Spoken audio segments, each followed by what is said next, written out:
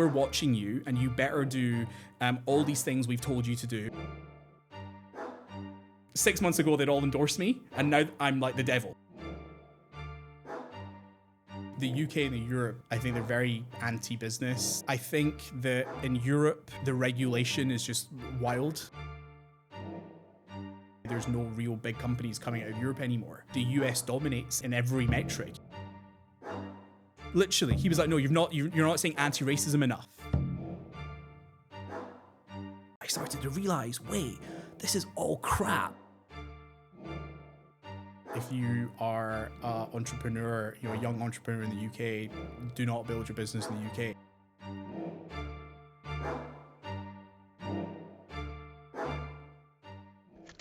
Anjan, we're here in Dubai. How are you finding Dubai? Yeah, well, firstly, thanks for having me here. Super, super excited to be here. And yeah, loving Dubai. Been here for about a year now. Right. And moved from London about last September. And yeah, loving it so far. Super, super clean. Weather's been great. Getting used to everything Dubai has to offer. Great weather and very safe streets. And yeah, loving it so far. My wife has moved with me as well. And yeah, we're having a great time. What about you? It's coming to a year for me too, later this month. I mean, yeah, so far, I can't really complain, nothing negative. What sparked for you the decision to move from UK to Dubai? Yeah, a lot of reasons. I would say that the main reason is business related and lifestyle related. There was two main kind of factors for myself and my wife. I'm an entrepreneur, as you know.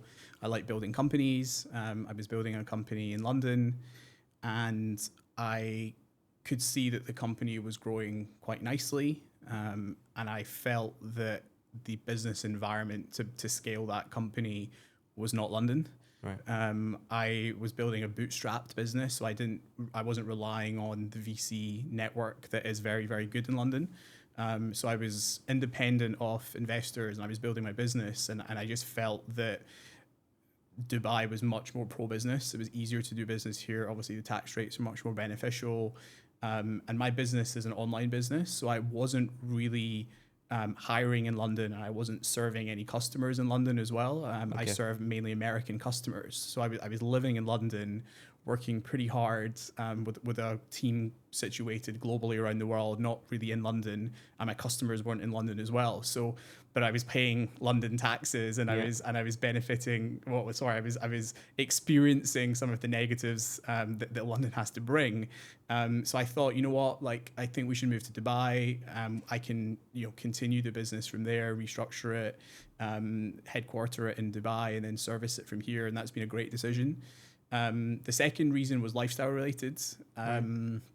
I have become recently pretty active again and into my health and fitness and trying to walk and be as active as possible. And the weather in London was grating on me. Right. I'm actually from Scotland, so I'm used to pretty bad weather, but London was getting quite bad as well. So I wanted to be able to walk every morning, in the blue skies, in the sun. And I wanted to be really active, and the Dubai life obviously gives a lot of that. And I wanted to walk in nice environments, clean streets, no filth on the streets, and I just wanted to feel safe. And I had a few experiences in London where that wasn't the case. So yeah, it was mainly lifestyle and business related that made me think, you know what, let's go over here, let's try it. We've always been pretty keen to try new things. Yeah. We haven't really stayed static as a couple. We like challenging ourselves. We like growing. We like doing new things. So we thought, we've been to Dubai a couple of times before, and for our stage of life and what we were doing and having an online business, it felt just like the right place to be. And honestly, it's probably been the best decision of my life for my business, but also just for lifestyle reasons and my relationship with my wife. We've spent a lot more time together, and we are much more active. We're healthier, and we're really enjoying it so far. That's amazing. I mean, it'll be good to maybe actually take a few steps back to earlier on in your career, some of the things you've done. So I think I first virtually met yourself. I remember it was more the work you were doing with Scotland Cricket Board, which is maybe how a lot of people will know you for. So yeah, just give us if you like a brief background into some of the stuff you've done. Sure. Yeah, my story goes back like 34 years now. So I'm 34 and born in Scotland, spent the first 6 years of my life there, then moved to India. My parents come from India. Lived in Delhi for a couple of years, learned how to speak Hindi there and learned, how to live in an Asian country. Came back for my sister's education. She was starting secondary school. My parents thought it would be better to educate her in Scotland. So we came back to Scotland and then spent the next, 10, 12 years in Scotland. And at that time, I loved Scotland. Scotland's a great place, super friendly. Weather's not so great, but education is good. Healthcare is decent. And I was really privileged. I went to a good school and had a good education. So did my sister. I played a lot of sport when I was younger, so I was really lucky to represent Scotland in tennis and junior tennis. Didn't make it professionally as a tennis player. Very hard sport, very difficult mentally to succeed in tennis. Super lonely sport. You're on the court on your own, very high pressure. And I wasn't quite strong enough for professional tennis. So I moved into cricket. And because of my ability to hit a tennis ball, I was able to do okay in cricket as well. And my dad is the biggest cricket fan in the world. And it's in the family. So I ended up playing cricket for Scotland, so under 15, under 17, under 19, and that was great. Wow. Really enjoyed it, had a great time, and was lucky to travel to some pretty cool places, played like international tournaments, and learned a lot about life and discipline and communication and, going through tough situations and being on the road and being away from home, and I really enjoyed that. Was that your plan then, to go play professional cricket the whole way? No, I knew that I'm a capitalist at heart. I like making money and I like adding value to the world and creating things. And I knew deep down that I had a bit of entrepreneurial blood in me. Okay. And I also knew that financially you couldn't make a lot of money being a cricketer in Scotland. So at the time, I wasn't thinking big enough. I would say that you can definitely make a lot of money as a cricketer globally. If you're in India, you're playing the IPL, you're playing some of the private tournaments. But at the time, I was just thinking, okay, my ceiling here is playing cricket for Scotland. And I was like, if that's the case, then I'm not going to make a lot of money and this just isn't for me. Right. And I had a bit of entrepreneurial blood in me, and I was tinkering with like websites and things on the side. And then I started my first events company when I was at university. Wow. Okay. So I kind of had this entrepreneurial spirit. Cricket was great, really enjoyed it, but knew that couldn't really, become, financially independent playing cricket in Scotland. And my dad was really sensible at the time, and he kind of guided me as well. He shared that view. He was like, listen, I would love for you to, play in the IPL, but you're probably not good enough. And I think it's better if you just focus on your studies and, go down the kind of university route. So they wanted me to be a doctor. I hate blood. My sister's a dentist. I couldn't do what she does. I respect all the dentists, but yeah, I would really struggle to do that. So I rebelled against what the family wanted me to do, and I went down the accountancy route and went to Glasgow University. Became did my undergrad in accountancy and economics. Really enjoyed that. Learned a lot about economics and different theories and basic accounting. And at that time, I started my first business. It was an events business in Glasgow. I was organising events for the Indian community in Glasgow. It was a small business, but for a poor university student in Glasgow, I made quite a lot of money, and I was really lucky to live quite a cool life.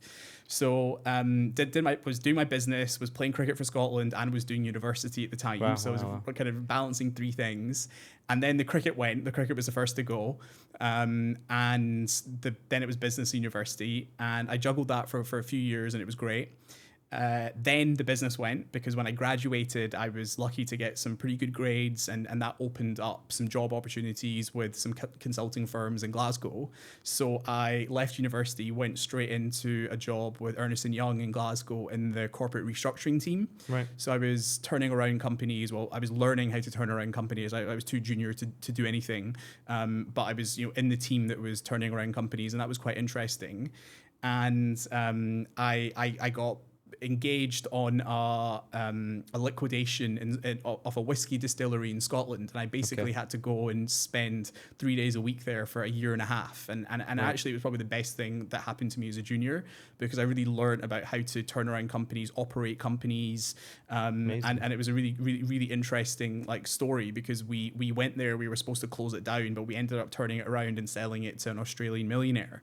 Wow. So that was like a really good experience for a young kid at a big firm, where that usually doesn't happen. Right. And it wasn't really supposed to happen. Like, no one really wanted to go there, because it was in the middle of nowhere. It was like you had to be away from your home, and none of the senior people at Ernst & Young wanted to go there. But I was like, hey, I'm young, I want to learn, I'll go. So I put my hand up, and I basically just got like allocated to this engagement, and I spent a year and a half there, and I learned so much. Amazing. And it was from that experience, that uncomfortable experience, that then opened up the role in private equity. So then I got headhunted by a private equity firm in London, and they said, hey, listen, like, we've seen what you've done with this whiskey distillery. It's quite interesting. You're a young guy. We're looking to recruit some people into the PE team in London. Pretty big Swiss PE firm that was growing quite fast. So I was like, hey, cool, like, I'm interested, let's do it. And private equity for me was like always my dream. That was like the pinnacle of like a finance job. Like, I thought I would one day maybe get there when I was like, 30, 35. I was probably about 24 at the time. And I went through the process, super grueling process. I was like a young kid going to London for maybe the first time or the second time, but it was my first time like in the city of London, seeing the skyscrapers. And I remember like getting the train from Liverpool Street Station and walking out on a Monday morning for one of my interviews. And it was the first time I'd ever been in the city of London at like 8 a.m. on a Monday. Right. And I was just like, wow. I was like, what is going on here? It's so busy. Like, I'm just a young kid from Scotland. We're living a quiet life, suddenly in the city of London in a skyscraper, like in my suit, going up to like the 40th floor or whatever it was to go and interview in this big office. I literally thought I was like in an episode of Suits or something. But anyway, like, got the job and worked in private equity for about 5 years, learned so much. We invested a lot of money. It was a great firm to be part of, because it was a very entrepreneurial firm. So the three founders, who are mega billionaires, were still very involved in the firm. They were actively doing deals. You could see how they would work. You would interact with them. Like, it was great for a young, hungry person. Yeah. I would then say that after 5 years, I really started to look around and I was like, I don't want to be doing what my bosses are doing for the next like 15, 20 years of my life. When I looked up, I just didn't think that was for me. I was too hungry. I was too ambitious. I was a bit too rebellious. Like, I always wanted to do like different things. I wanted to question people. I wanted to really find out the details. I wanted to understand why we were investing, like what was going on under the hoods. I wanted to learn from the founders that we were investing in. I was really, really hungry to learn. And I felt that my learning just hit a plateau, because I ended up doing the same thing every single day, for a number of years. And you weren't really getting rewarded for being good. You were getting rewarded for basically how many years you were there at the company. Right. It wasn't performance based. Exactly. It wasn't performance based. So I started, so I'm the type of person, I don't love like moaning that much. Like, if I've got a problem, or if I feel that I'm feeling negative about something, I tend to go and try and fix it, right? I may like rant about it to my wife for like a day, but then I tend to kind of like get up and try and like fix it. So I was in a situation where I was like in my dream job. Yeah. My parents were super proud. Like, on the outside, it looked amazing. For a young guy, I was making quite a lot of money, and you're in private equity. Everyone in the city wanted to know you. Everyone, and it was all because of the company, right? Like, no one really wanted to know me. I was just like a young guy in PE, but the company had a big status. So we would get invited out for dinners. We were in hospitality boxes at cricket. It was amazing. Yep. I had all this fun, but I still wanted to grow more. I wanted to challenge myself, and I knew that I wouldn't get that there. So I basically went back to my entrepreneurial spirit, and I was like, hey, like, I don't think it's the company that's the problem. The company's great. It's just I don't see myself working in corporate life for the next 20, 30 years. So I rather do what I started at university, but I had to stop because I went down this educational kind of finance path. So I just started a business in London on the side where I went back to my events roots. Okay. And I basically started an Airbnb platform for booking entertainers and musicians and singers and dancers. But it was like a hybrid between an Airbnb and like a software setup because it was targeted at all the hotels and the members club clubs in London that were booking events very regularly. So they would have like a system where they could basically say, right, we've got 10 restaurants, we need like X, Y, and Z people in these restaurants, we can book everything through this system. Anyway, I built that platform working evenings and weekends, and started doing quite well, raised a bit of money, left my job. A couple months later, COVID came, whole events industry got stopped, had to pivot it into something else. And that's when I pivoted it into the celebrity booking business called Thrills. And, had a good run with that, got that to like a relatively good size, had a team in London, raised a bit of money, had some high profile celebrities on that business. That's where I met Nigel, who I'm still good friends with. He was a great guy. He was Nigel Farage. Nigel Farage, very supportive individual. And that was actually the first time I learned about how screwed up the media was, because everything I'd heard about him was very negative. But every time I met him and spent time with him, he was the nicest guy ever. Complete gentleman, super charismatic, was great with the team. And I had like young individuals working in the business, like new graduates, and all they'd heard about him was like, he's the devil, he's a monster, he's awful. And when he would come into the office and they spent a bit of time with him, even they would come to me and they were like, oh my gosh, we're so wrong. He's so nice. He's so cool. So that was like my first like learning about how messed up the media is and how they just like, paint a story. And if you don't have your own mind and if you don't do your own research and form your own view, you're going to be in trouble. Anyway, that business got to a good size, but it ultimately like didn't work the way that we wanted to. And we tried a lot of things, and that was like my first experience of like a roller coaster ride of like building businesses, like getting it a fast growth business and then kind of falling down.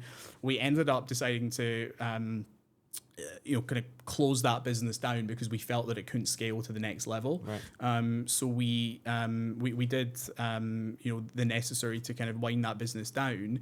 And then I took a bit of a break, and then I started. Actually, it was before I shut that business down that's when I got involved in Cricket Scotland, because I was actually running that business at the time, and they went through a racism scandal, and they basically cleared out the board. They cleared out. What was the racism scandal for people who don't know, and how did they reach out to you?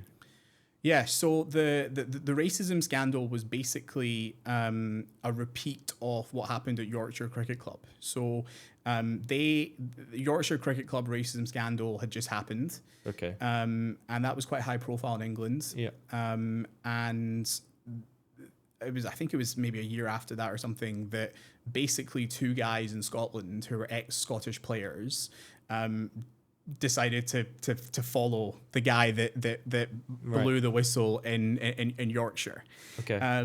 And it was funny because these two guys were ex-players. I actually knew them like relatively well, and it was because you would have played. I played with them. Yeah, they were slightly older than me, but I did play with them. They weren't in my international team, but I played club cricket with them. Like I knew them in the circuit in Scotland.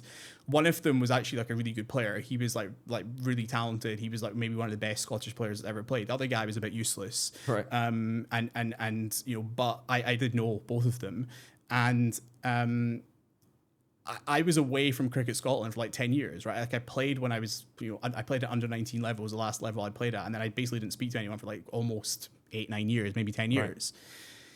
Right. And I just seen this big racism scandal happen in Cricket Scotland. I was following it from the sides. I was in London. I was running my company, as I mentioned, had a lot of responsibility in London. And I was just following this on the side. Right.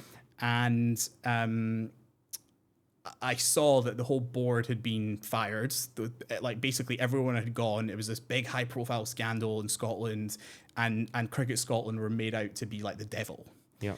And I was naive at that time to not know what I know now about life. And I approached the two guys that blew the whistle, that kind of caused this big scandal. And initially I was almost on their side. I was like, wow, this sounds so awful. Like, hope you guys are okay. Were you involved at this point with Cricket Scotland? You just reached out? No, literally. I was on the side. I was running my company in London. I saw the news. It was everywhere, right? They cleared the whole board out. Yeah. It was on Sky News. These guys did a big press conference. They had this like lawyer in Scotland that was shouting loud about it. It was everywhere. So I was just following it from London. Naturally, I've obviously got interest in cricket in Scotland because I played for that. I played for the country. But yeah, nothing to do with them. I was just watching it from London. And I reached out to them. I was like, hope you guys are okay. Naively thinking that these guys are like the biggest victims ever. Yeah. Because they like, it was a high profile thing. So they then told me, hey, the whole board is gone. We've got this government report from Scotland, from the government of Scotland, that's basically saying that Cricket Scotland is institutionally racist. Right. And they were using this report as leverage, right? This report was for them at the time, validation. Got it. Okay. Right? It was validation that their claims of racism were true, right? And they used that as leverage. They basically said, hey, we've got this report now from the government, and like, great, the whole board's out, the CEO was out, great. And then when I was speaking to them, they were like, hey, like, would you be interested in maybe taking up a role in Cricket Scotland? We can connect you with the government of Scotland, because they were obviously working very, very closely with the government at the time to, Who are these two people? Are they players at this time? They're just cricket players. At the time, ex-players. Yeah. So they'd retired. Yeah. I mean, they. I don't think they retired. I think they'd basically been dropped from the squads. Okay. And their career came to an end. Okay. And a lot of like this scandal basically stems from that, right? Like they were disgruntled ex-players that basically had an agenda. They couldn't take that they weren't in the team. So they wanted to get back at everyone in Cricket Scotland. Right. Now, we all know this now. At the time, we didn't, right? Because the government got involved, and they went in and did this investigation, and they published this formal report, and everyone just took that at face value. Yeah. And was like, oh, wow, like institutionally racist. Oh my gosh, Cricket Scotland are the worst thing ever. Like, we need to like clear this out, and everyone's the devil, and these guys are like heroes, and all this like rubbish. Yeah.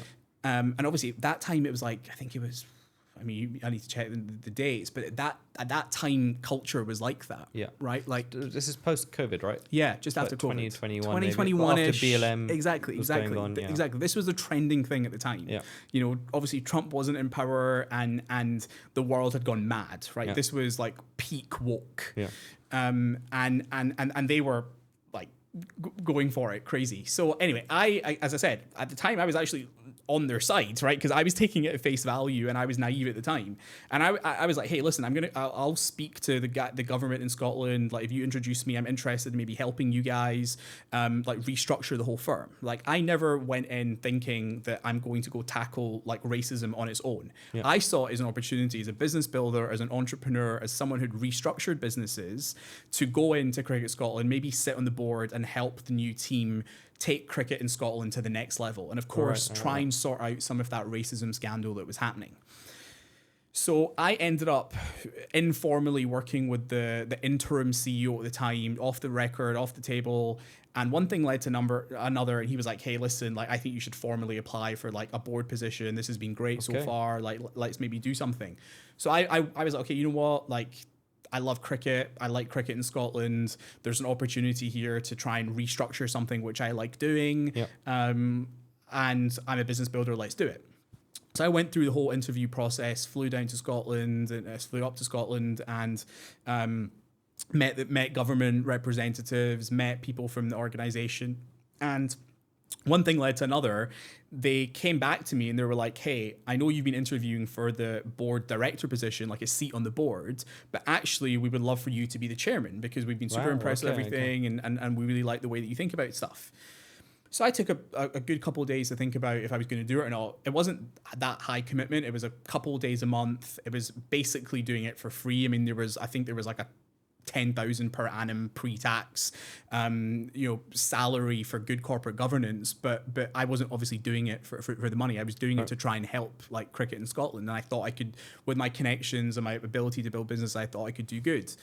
So I ended up taking on the position, and I was there for about 6-7 months, and we did a lot of cool things. It was obviously a very privileged position to be in. I was a young chairman. I was the youngest chairman in global cricket.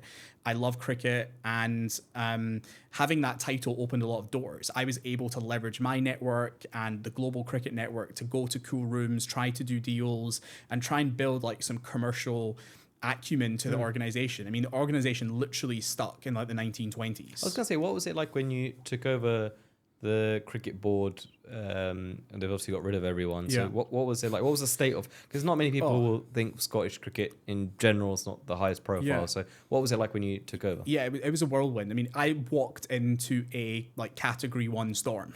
Right. The government was all over it at like First Minister level. The media was covering it every week, every day. We had the two players, who'd raised these allegations were all over it, all over their socials. They'd formed an allegiance with a campaign activist group called Running Out Racism that had randomly just formed. So there was a whole army of them, pushing them forwards. And as I said, they had the media in their back pocket, and they had this lawyer in Glasgow who had good connections with the media in Scotland, who was basically pulling all the strings. So they had a very orchestrated setup, and they were putting maximum pressure on Cricket Scotland and the government to basically do anything that they wanted. Got like a whole propaganda machine basically. Anything. Like as I said, they had this report now as validation, right? So they basically had this group that had been talking about this for a while. Suddenly the government comes in, validates what they've been saying with this like bogus report that we now know. And they were on cloud nine. They were like, great, right? Like, we've got this report. Everyone's racist. Now we're coming in and we're basically getting everything that we want to be done. And we're going to hold everyone, to account with this leverage because we've got this report now. And if you don't do anything, if you don't do what we want to do, then we're going to go to the media even more and cause more of a media storm. Right. So I went into this like precarious position where I was like, okay, wait, like, basically, when I got appointed, my first day, I had to go in front of all the cameras. I did like a round robin with all the media, BBC, Sky News, ITV in Scotland. But when I arrived in Glasgow to do this, I basically just got told what to say by the Scottish government. There was this media advisor at the Scottish government at Sport Scotland who was basically just telling me what to say. I was so naive and inexperienced at the time that I basically just said what he told me. I thought he was on my side. Yeah. Later did I realize that actually the government was like very involved with these guys, and they only cared about these guys because they wanted to go and score political points in the Scottish Parliament and say, hey, we're tackling racism, like we're doing all these things. So very quickly I realized actually that I wasn't actually chairman of the board. The government was. And the government had a gun to their head by these guys. Right? So anything that these guys wanted, the government basically would then come to us as Cricket Scotland and say, you guys need to do this. Right? Because these guys want this to happen. And if we don't satisfy these guys' needs, then we're going to look bad as a political party. Right? And the SNP was in power at the time. Still are. And so the government was in a precarious position because these guys had so much media leverage and they had so much connections and they had such a big voice that the government had so much pressure that they were putting on us. And I quickly realized this after a couple of months, right? It took me obviously a couple of months just to understand the landscape. But basically my hands were tied. We couldn't make any proper independent decisions because everyone was scared to actually make the right decision. Because every decision we were making, we basically said, okay, what do these guys think? Are they going to sign off on it? Are they happy with what we're going to do? And we had to like show them everything. It was wild. So the two ex-cricket players, let's, I don't know, I'm trying to think of something hypothetically, like signing off sponsorship deals or something. You'd have to go through these two. No, nothing on the commercial side because they didn't care about the commercial side. This was all about we want DEI training. We want everyone in the organization to do this. It was basically I have like emails and messages like, oh, we think this candidate would be good for a board position, and it's basically all their friends. Oh, we think this guy's awful. Don't speak to him. Here's a list of people that you shouldn't speak to. Wow, so they were literally telling me that you can't speak to this person because you were young and you were one of their friends. Do you think that was one of the reasons they thought they could do this? 100%. It was multiple things. It was one, I was young. Two, they thought, well, I was their friend at one time. And three, the color of my skin. They basically thought, great. You're on our team. Exactly. Remember, they introduced me to the role, right? They introduced me to the role, and as I said, naively at the beginning, I was relatively on their side, right? I wasn't against what they were doing at the beginning because I had no idea what was happening. But when I went into the situation and I spoke to everyone from all sides, they got really angry. They got super pissed, right? Because they were like, why are you speaking to all these people? I was like, well, I'm the chairman of the board. And you don't need their permission. Exactly. I don't need your permission to go and speak to people. I don't care if you don't like them. Yeah. I'm still going to speak to them. I'm going to understand what's going on here. I know you've got your view and you've got your story, and the media is like, painted these guys as the devils. But let me just go in and actually explore and understand what's going on. That's what any rational person would do, right? Yeah. Is you would understand the situation. And obviously, it was while I was poking holes and discovering and speaking to people, I started to realize, wait, this is all crap. Everything was allegations. Nothing had been proven. There was no proven instances of racism in the organization. Every smart person I spoke to basically said these guys are troublemakers and they're talking crap. But no one had the courage at that time to say that, because that was the time of the world that we were living in, right? Where these guys had ultimate leverage and say, and they could basically do or say what they wanted, and no one would challenge them, and everyone was scared. So I started to realize this, but I was almost a lone soldier at the time, because the board that I'd hired as well, they were all given to me. I basically just got given CVs when I started, like, here's a short list, you need to hire a board from these candidates. The board, some of the members were great, some of them, I probably wouldn't hire again, but everyone was generally quite scared to make big, powerful statements and go against them, basically, right? No one really had the courage to basically say, guys, this is rubbish. Like, sorry, this has gone on too much. And yes, of course, there's instances of racism in the UK and anywhere in the world. But the point that we were trying to make was, you don't drop everything to tackle one issue in the organization. I acknowledged that there may have been instances of racism in the organization, and I was trying my best to, apply a relatively good solution to a problem. But that doesn't mean that you neglect every other problem in the organization. And me, as a business builder, entrepreneur, I was like, guys, this business is literally going to go down the toilet if we don't fix things. Like, the IT solutions are awful. The ladies didn't even have contracts at the time. There was so much waste and almost fraud spending in the organization. Completely neglected. Like, brand new board, interim CEO. Like, I could mention thousands of problems, but these all guys ignored and just all on racism. Yeah, they were like, we don't care about this, man. Like, we want ED&I, we want anti-racism, we want these people that we've made allegations against to be prosecuted, and we want, we want our friends on the board, we want XYZ here. Like, they were calling the shots, and we as a board felt very, very stuck. And the CEO, good guy, but felt very stuck. He was in the middle. They had a direct line to him. They had a direct line to him, and even problems, like small problems, like their one of their family members like turned up to a Cricket Scotland event and something small happened, like the parking wasn't available or the coach wasn't available or something like super minor, but they had direct access to the CEO for certain things like that. So literally we were walking on eggshells for these two guys. Like, it was like really, really precarious. I remember the CEO calling me almost every day, basically being like, these guys, I've got the media, I've got these guys, I've got the Running Out Racism group messaging me every day, putting pressure to do all these like things. And basically they were controlling him. And then he would come to me and he was like, right, I need to sign off on all these things. We want to do this. And I was the one that would always push back. I was like, this just doesn't feel right. Like, doesn't feel right. Why have they got so much control? Why have they got so much influence over us? This doesn't make sense. This is not correct. We can't just neglect all these other people. They're not the devil. Like, nothing has been proven yet. Like, what are we doing here? Situation got too stressful for him because he was just in the middle, right? I was the one pushing back and they were pushing him. So he left, he resigned, and there was basically no CEO. So I was like, listen, I'll be a de facto CEO for a couple of weeks while we hire someone. And I started taking a bit more control of the situation. And that was the first time where someone had directly pushed back on everything that they'd wanted and basically just said, listen, like, this is how we're doing it. And you're not seeing all of our press releases before they go out the door. I mean, I remember, Sunil, there was literally times, like, I had to go to the Scottish Parliament and do a speech and talk about all the work that we'd done. The media advisor, the government guy, literally was like telling me that I have to say the word anti-racism X amount of times when I was speaking. Wow. That is nuts. Literally, he was like, "No, you're not saying anti-racism enough." So, you're speaking to the Parliament, updating on the status of cricket in Scotland. Because this was a big high-profile thing at the time. Because they'd put the organisation under special measures. So they'd almost like saying that we control Cricket Scotland right now. They obviously give us money, but they had more control at this point. They were like, we're watching you and you better do all these things we've told you to do. And basically everything that we told you to do is anti-racism. What about the performance of Scotland? Oh, zero. Cricket? They don't care. They don't care. Scotland cricket's not improving, or they don't care. You're making more money, or what's the financial Forget status? They do not care about the women. They don't care about the men's team.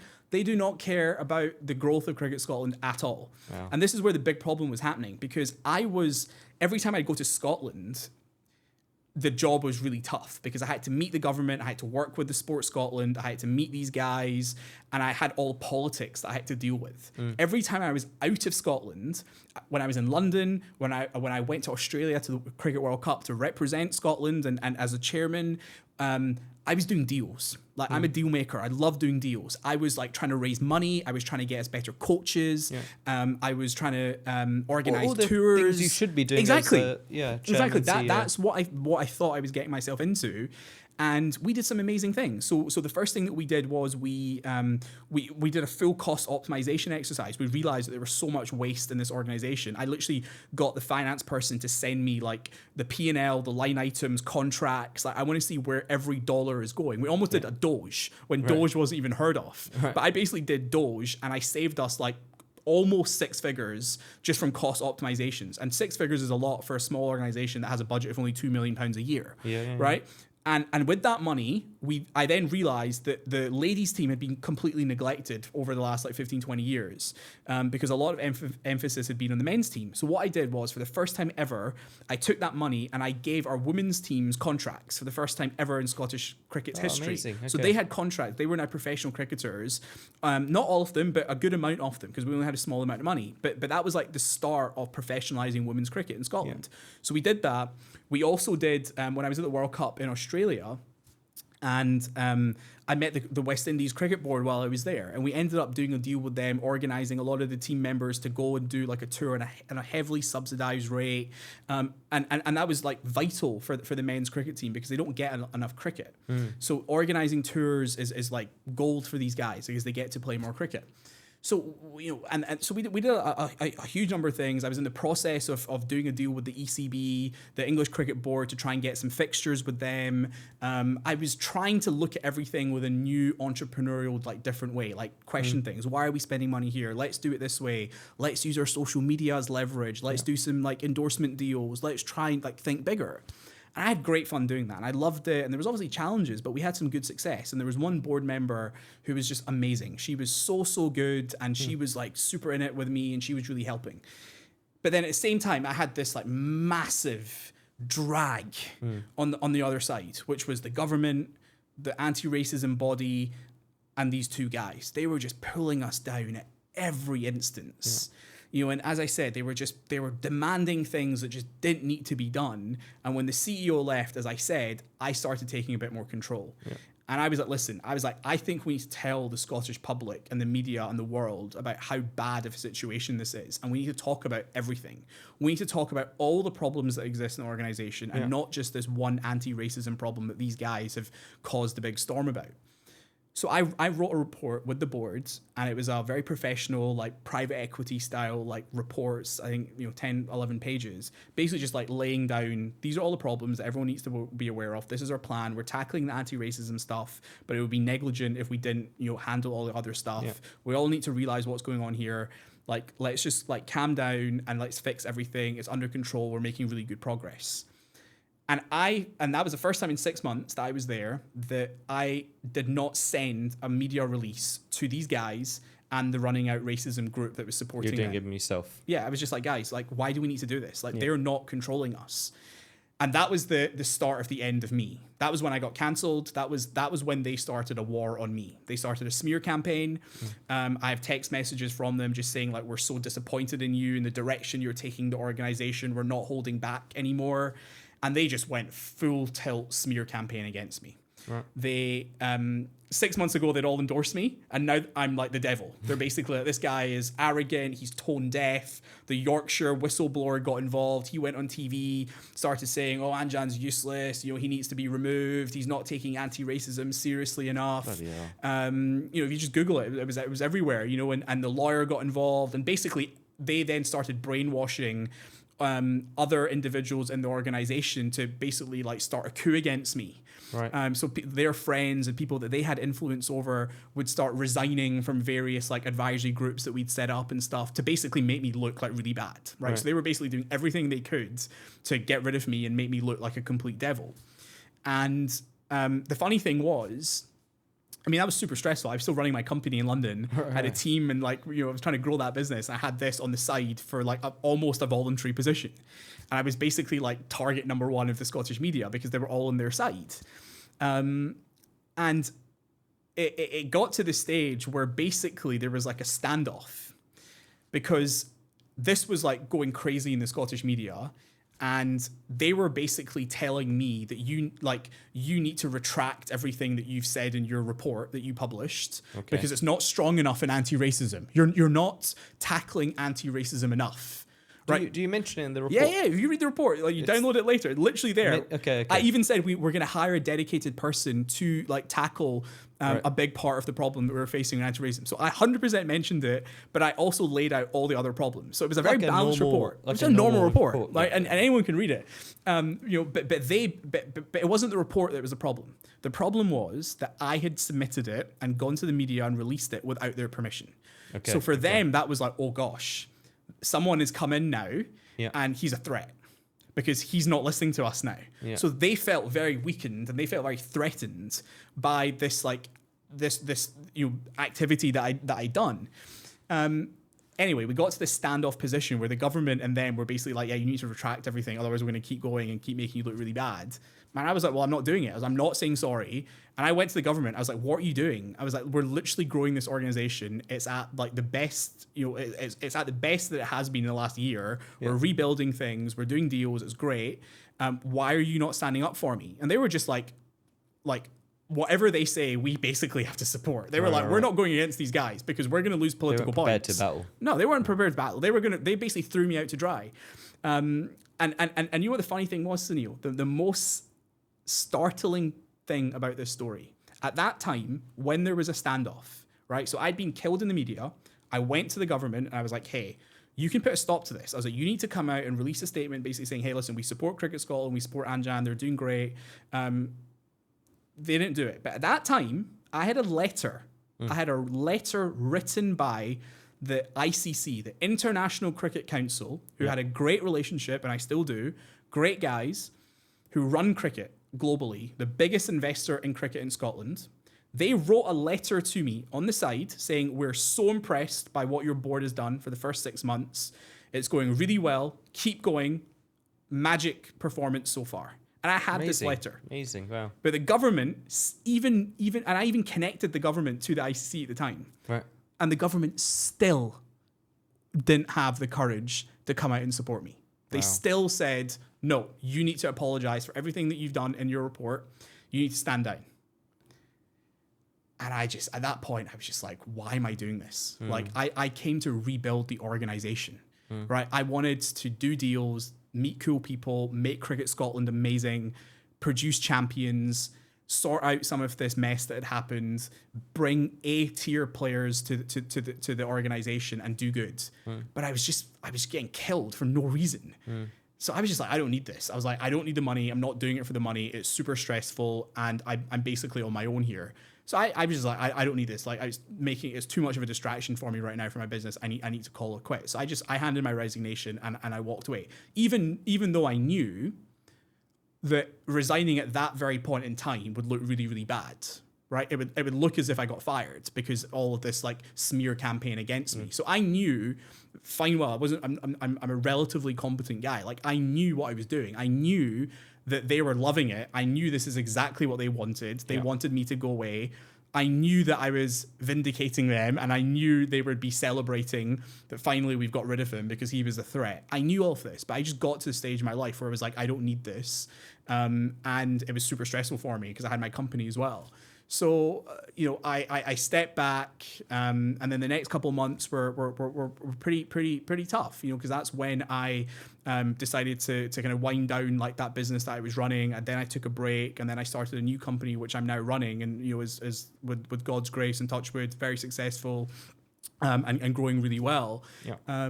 But yeah, that was the Cricket Scotland saga. Crazy. I mean, it's fascinating because I think everything you've said there sums up why Scotland cricket has generally been so bad. Like if you look at some of the smaller nations we see now across the globe have been improving, the likes of Afghanistan, these other countries, and Scotland still, from my knowledge, has there been any improvement in the last few years? Yeah, I mean, they did actually get to a stage where they were relatively competitive. They were pretty good. The men's team was growing quite well.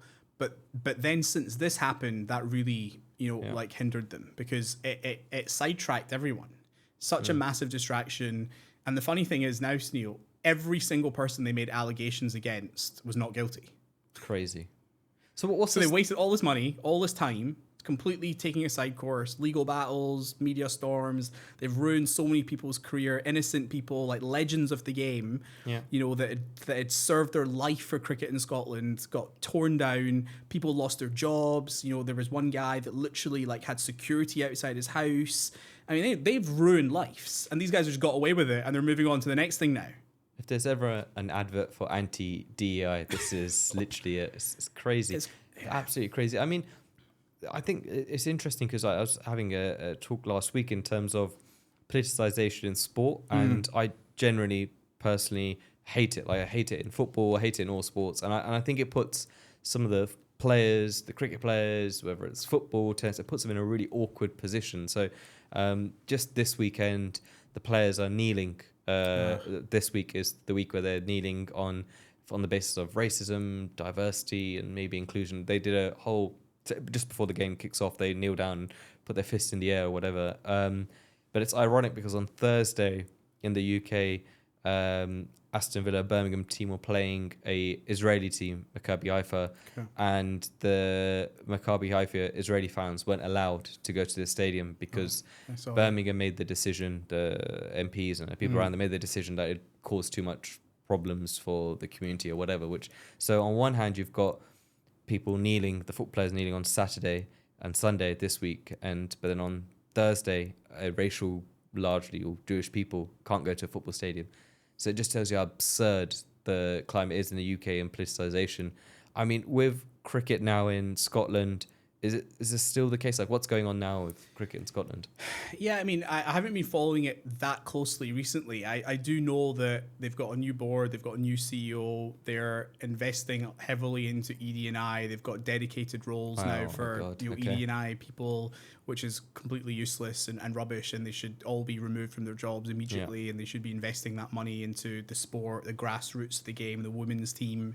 But I from what I see as an outsider, I feel that the government is still running the show. Everything that they do is basically ED&I and related. I don't see much about the commercial part of the game. I mean, I think they've done a few deals, but I still feel that there is some degree of influence going on, and they don't have 100% clarity over the direction that they're going in. They're still getting sidetracked into these things. The men's team didn't qualify for the World Cup, which is a huge financial dent. It's a big problem. So performance is starting to go down now. The coach has been fired or left. I'm not sure of the details. But yeah, not in a great position, because not qualifying for a World Cup means less money. So yeah, I haven't seen much change, right, which is a shame. But what I have seen is the initial guys who raised all these allegations, they've quieted down significantly. They're not as active anymore on this topic because, as I said, everyone that they raised allegations against has been proven to be not guilty. So they don't have much to stand on. But I just think it's an absolute travesty, and it is so shocking that none of these guys have been held accountable. The government hasn't been held accountable. I mean, they've easily spent over £1 million on this whole scandal. If you include human time and consulting fees and all the other expenses that comes with it, easily £1 million. And that money could have gone towards, you know, young Scottish cricket players, stadiums, infrastructure, whatever, like everything. You know, but suddenly when the political party's neck was on the line, they found the money. You know, Cricket Scotland's been begging them for more money to invest in the game for 50 years. Yeah. But that money never appeared. But other than when suddenly this became a really cool thing to talk about, and they wanted, you know, political brownie points, so they started investing in everything to do with ED&I. So I think there's a big focus on that right now. It's almost like I really laugh sometimes when I look at like their social media and I look at what they're doing, because I feel like telling them, and I think I have told some of them, like, you guys are literally like 5 years behind where the world is. Like, if you look at any big company in America, all the top companies, they're slashing ED&I, they're getting rid of this woke crap. Woke is dead. This is not cool anymore. People are really angry and things are changing, but these guys are still beating the drum from like 3 years ago. And they just haven't got with the time. They haven't realized, actually, like, we need to start investing in like the performance of the game and things like that. But, you know, everyone at Cricket Scotland that I know is like a great individual. So I've got nothing personally against anyone there. I just feel that there's a lot of government involvement in what's going on, and their hands are probably tied as well. You know, which is a shame. Do you think like that's, you know, talking about Scotland in terms of the cricket DEI stuff? Do you think that is wider? So like one of the reasons the UK in general is struggling economically, businesses are doing so poorly. We met for lunch last week and you were telling me how there's not a single company in the top 30 that is from Europe. Do you think this is playing a part? Yeah, absolutely. I think the UK and Europe is going through like a really tough time. I think there's a big cultural problem in these countries. I think they're very anti-business. I think if you are an entrepreneur, you know, a young entrepreneur in the UK, do not build your business in the UK, because you can get a much better environment in places like, you know, Dubai. I think there's always been an anti-success mindset in the UK, which you're very well aware of, which I think is a hard problem to solve. Probably needs to change at like the grassroots school level. I think that in Europe, the regulation is just wild. Crazy, yeah. The Digital Markets Act, the DSA, like all these different acts just stifles creativity, innovation, and these are the reasons why there's no real big companies coming out of Europe anymore. There's been a handful, but if you compare it to the amount of companies that are coming from the States that have become, you know, big, the US dominates it in every metric. If you look at like number of VC dollars invested, number of unicorns, you know, top companies by market cap, if you look at all these metrics, the US is just miles ahead of the UK and Europe. And it's because of these things: overregulation, you know, anti-success culture, way too high taxes. The smartest minds aren't going there anymore. Streets aren't safe. Like people are more fluid now, and they can move. They can go to different places with you know, modern day working environments. When you look at the stat came out on the UK, I think just earlier today, where 0.1% of all taxes, so 50% of all taxes in the UK are paid by 0.1%, which is absolutely absurd. And now they're saying even further about wealth taxes in the UK. So it just makes you think, why would anyone start a business in the United Kingdom? Yeah, I mean, it's crazy. Like, and especially like a young person, like people should really understand, if you're young and you've got something good or you want to build a company, like if you can go to a foreign country, a tax-free environment, and even make like a couple $100,000 and stash that, like you're set for life. If you can make that money in your early 20s and you can, you know, do that, then you're really gonna have a great life later on. And the tax system right now in the UK is basically like the polar opposite to be able to do that, right? Like it's very, very difficult, you know, as a first-time entrepreneur or founder to go and make like a couple $100,000 or a couple million in a few years, because if you're giving 50% away to the government, you just have to work a lot harder. It's much more difficult to make that level of income, which then means that you know it's going to take you a lot longer to become financially independent and financially free. So it has a real impact on people's lives. Yeah. And the stat that you mentioned there, I mean, that's basic economics. You know, it happens in almost every country, and it happened in the Nordic countries. I think it was Norway, you know, when they tried the great experiment where they jacked everything up, and, you know, they thought no one was going to leave, and they thought they were going to raise a lot of this, you know, tax revenue from wealthy individuals, but everyone left. And they basically, you know, didn't increase their tax revenue. I think that's basically what's going to happen here. I mean, you saw that the capital gains receipts have gone down over here, and now with people like the Revolut founder leaving the UK to come here to Dubai, I mean, it's a no-brainer. The guy's built almost like $100 billion company. His capital gains tax in the UK is going to be like billions when he sells. So it makes complete sense for him to come here, which is a big loss for the UK. But when you speak to left-leaning liberal people in the UK, they say things like, "Oh, good riddance, go away, great, you've gone." But it's like, guys, do you understand how much tax revenue comes from these people? Yeah. And the jobs they employ for people in their country. I think they don't understand. Once all these people leave, they're going to be paying the taxes. They will be. Because it goes up even more then. There's no revenue. So then they increase the taxes even more. And it's going to be on working class people, middle class people, lower class. It's going to affect every single person. I think they think that it's just going to be the insanely rich. But once those insanely rich people are not here, the burden just trickles down. But I think even now, even if you're remotely middle, doing reasonably well, middle-ish income, I think that's the scary thing of the UK at the moment. Unless you're somebody, I mean, it's controversial, unless you're somebody who relies on the benefit system in the UK, I actually don't know why you would build or create anything in that country, unfortunately, right now. Right now, definitely not. Right now, I mean, I hope over the long term, you know, things bounce back. I think obviously, you know, a new leader needs to be, you know, put in place. Definitely. I think Nigel will be a great guy to do it.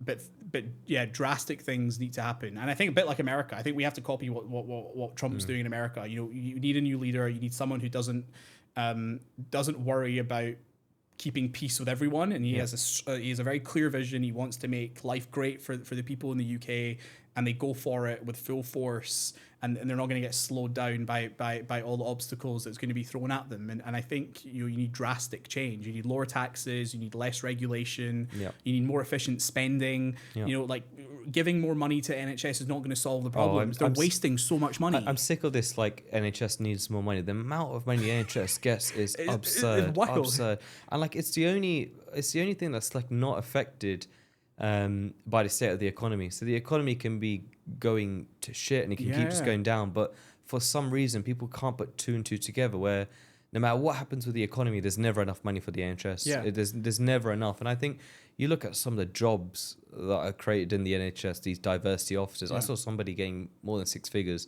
like multiple people getting more than six figures for diversity roles. It's and you're just thinking that's where people's hard-earned taxes are going, and it's crazy. If I think the UK, I think there needs to be something where I think people of UK should be demanding every penny of tax that they pay, where does it go?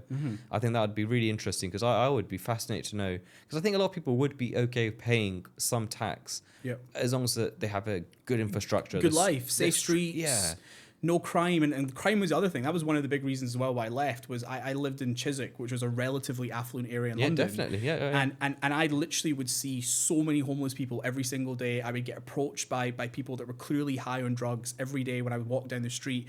I would sit in coffee shops, like doing emails, and multiple times people would come up to me and snatch my phone and my laptop while I was sitting at the desk in Chiswick in central London 2 years ago.